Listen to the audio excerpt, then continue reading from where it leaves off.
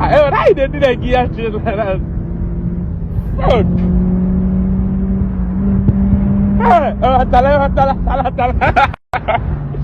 This guy gonna kill me. You bad. If you follow American police, you will never drive. But they are always on your nerves. Amen. My country, when the police see me, they salute and they call me General Sir. General Sir. Then I'm gone.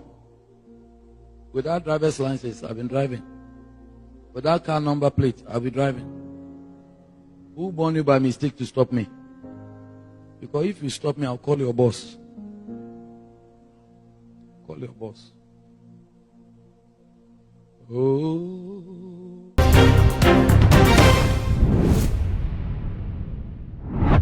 Chamber so sano upload bi aba on the first person na unsa ebetimi aka na ebusu afi mimi de ya besi enedi Prophet Salifu Amoako ene ne ba already infishia ebi ensia no o ma trend ye pa na asemi esi yenso na Ghana for do na ehwe kwan se a police for edi omo statements bi ebeba bontia na se ebeti bibi ede free Ghana police service so yenti ehwe na Ghana for ebisa na papa ya semi o kan so no Ghana ha no drive a oni license na won so we police no o pass stop na hwe se wadwuma emo wa no nti na police for emma bontia na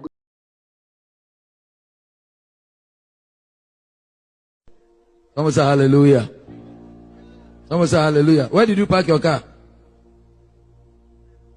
You have moved it already. You are good. All right. If you follow American police, you will never drive. But they are always on your nerves. Amen. My country, when the police see me, they salute and they call me General Sir. General Sir. Then I'm gone. Without driver's license, I've been driving. Without car number plate, I'll be driving. Who born you by mistake to stop me? Because if you stop me, I'll call your boss. Call your boss. Oh. Release no ababontia me de eba be somo na ansa na ye be call police for press release nim no okatachi afrifa mensa e wo ne angel morning show no so anopai na wotena ase na o kasa na o se ensemi ya abai watete no mframum se Ghana fo no omo de hye honhom se ne honhom bi na ye ha akwala no na honhom bi na nka be de be won wase da eye edige da edige si omufia nka omudi birthday na sada ne nko a na akwala sim kokotu ka na de bia akwala kura wotu ka no hwensie na da na ye edige da ne nko na akwala okotu ka na akwakofa owene se ede abantene na enye konye no na honhom bi na eba sra abusuan ne sada no okatachi afifa se Ghana fo enye honhom bia eya sofo mana na wo montete wo mama ne yi na akwala ne edi nsehu na sebe sofo no ntimi ntia wo mama ne ntia braso se we eyensten na hode ma sofo na aka na se wo mba no edi nsehu a akwala ne setia wo monhwe wo nim na wo montia akwala ne sebeye na daachi bi enkonkofa wo house emfa mre wo.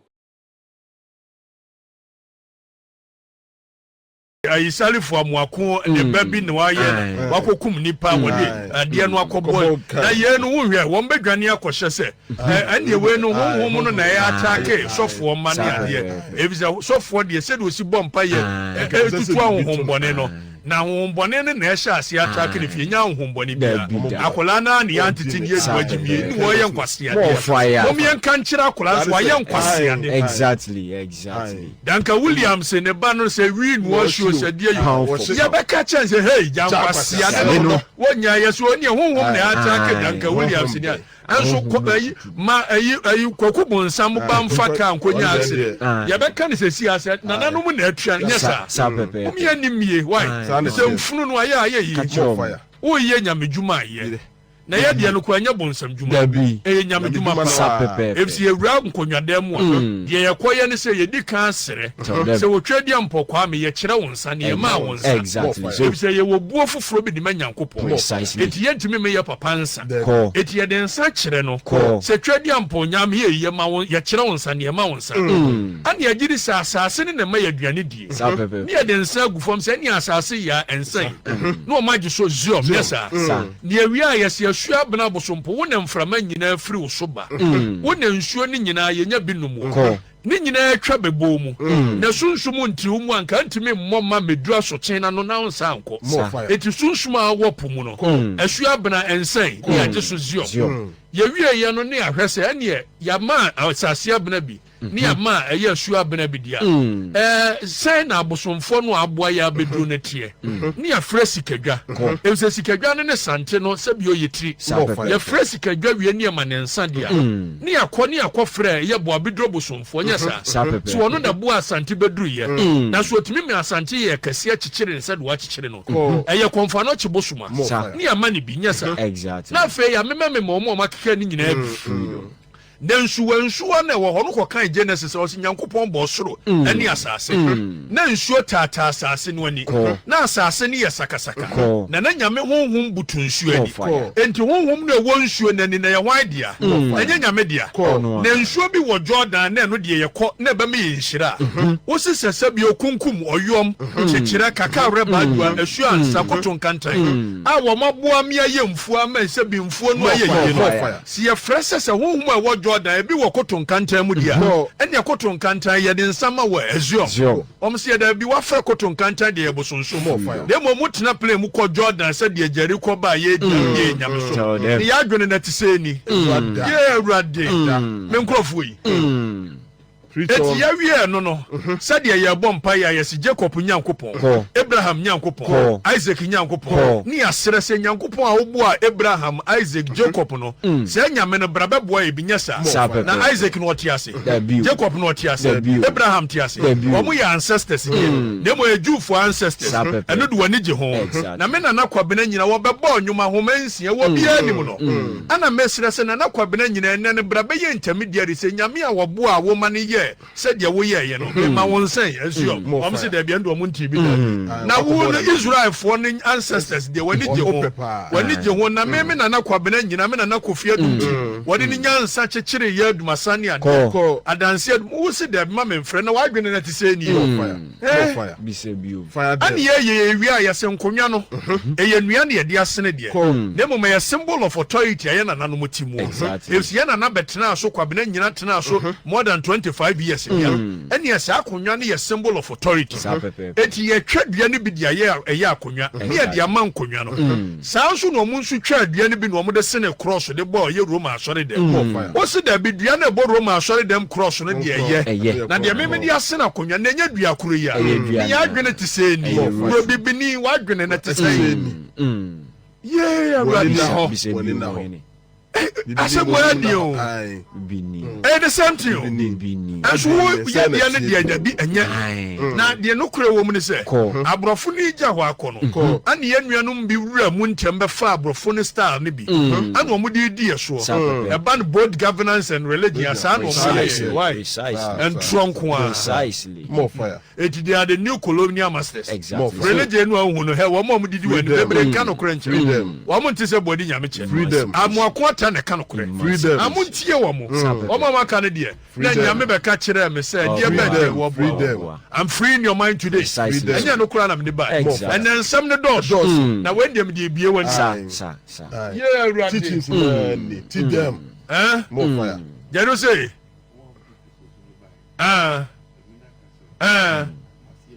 Enya Mina Castle, Omudika ye Cape Coast Castle. The first church a wamuye ye Protestant church omuye.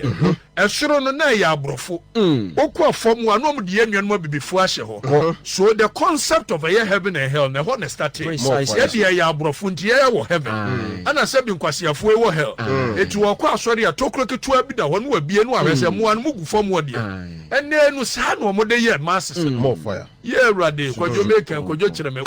Just say one we see that so na de ntia ya na omubuo fu ka de ne se ewiase se wotena se nyinia bedum pempensuo bi na uje nioma bi dia bedum pempensuo na obi banaso wo question sa nioma na wo uje di no obotimi fu because you think you are stupid for believing those nonsense emo me ba me nka asesa ti said the otie na ato aso wa to aso sa ba me nka asesa me da me nka asem na ato from Mommy enko tete atempo no.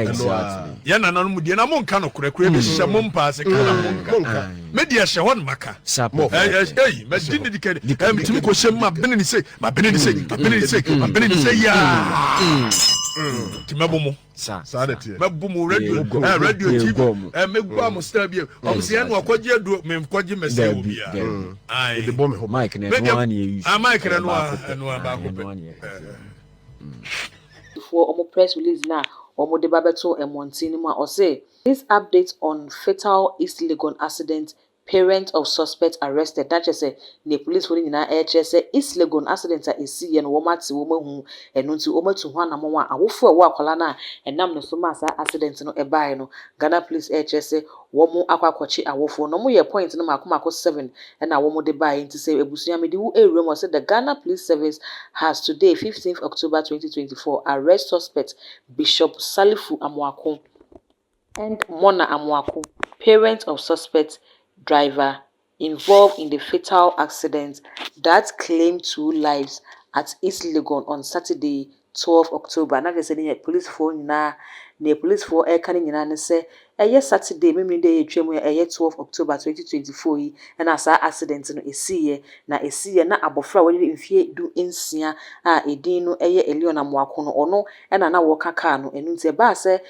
ono de we prada yansa bienta police for no mo hwehwemu no na se omukọ ekokofa awofo no so benta police for no de was say ayoyo a omakwakofa awofo no say investigation has so far established that on 12 October 2024 suspect driver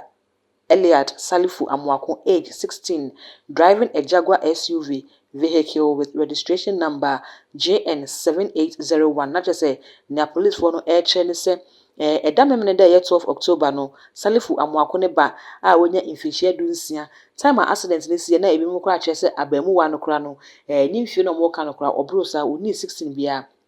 Police for no aba wo masisu dua se abamuwa no wanya 16 years eno nti no ehu akwakohia se omo hwehwemu no mkohwemu no mahunu na na oka SUV Jaguar and registration number no JN 7801-20 with one other occupant. That is nipa ba konso ka no ho wo car ni mu a wo mo kaka na omo car no de kokohia 4x4 Accura vehicle also with registration number JR 2542-23. That is Accura no so a car no ekokobo mu no na eno so ne number no na Ghana police for ade atodua mo che say JR 2542-23. That is 2023 and asaka no mo register ya asemi ekosi wo Wood Street at East Legon. Na dey say East Legon eho na asem no ekokosi enti ebusuya na police for airport of fani nyina ne say omonsa ade aka awofo na asabre de awofo no ewo police for akache a omo ye ensemu no mu nhwehwemu na ne se ese na efata bibia wo se emra no ede to bia police won say yenye wo mu gidi se omo behwe ama emra no ede akwakoto na we ni akwakoba no se akwala no mfie omo de ababeto abonten esanse osua na mfie no enduru se obenya driving license kra ntin asemi ekoba se wo mu bidi kra mu de akwala no ebekọ juvenile court ho na mekakodi ensem na ye ni di ensem yachi ni bepiem abobia ye mama so embu wo ho ye beba ababesom me kai wo se aha too much me so se subscribe my page we na mi adoma no so sa no upload bi aba onsa betimi akabusia ye ma ro mfi so obija comment so e wo video asena wo de amami all the social media handles no so ho nyina too much gh Macro.